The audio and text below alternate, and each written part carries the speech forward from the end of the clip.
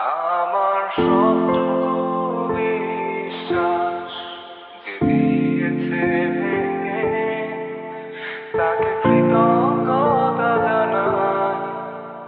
সে দিয়েছে আমার অন্ধ চোখে আলো, যার বিশালতার মাঝে আমি একটুকু পাইনি ঠাই।